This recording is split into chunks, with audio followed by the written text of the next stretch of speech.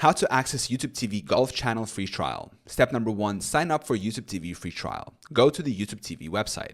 Click on Try it free to start the sign up process. Sign in with your Google account or create a new one if necessary. Step number 2, provide payment information. Enter your payment details to activate the free trial. Note that no charges will apply during the trial period unless you fail to cancel. Step number 3, confirm channel availability.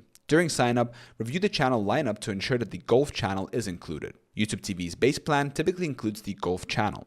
Step number 4, access the Golf channel. After completing the setup, open the YouTube TV app or website. Navigate to the Live tab to view the channel lineup.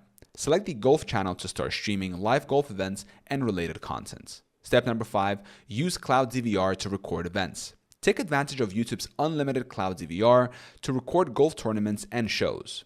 Access recorded content in the Library tab to watch at your convenience. Step number 6, monitor your trial period. Keep track of the free trial's expiration date. Set a reminder to cancel your subscription if you decide not to continue. Step number 7, cancel to avoid charges. If you don't want to continue, cancel your subscription through the Settings Membership section before the trial period ends.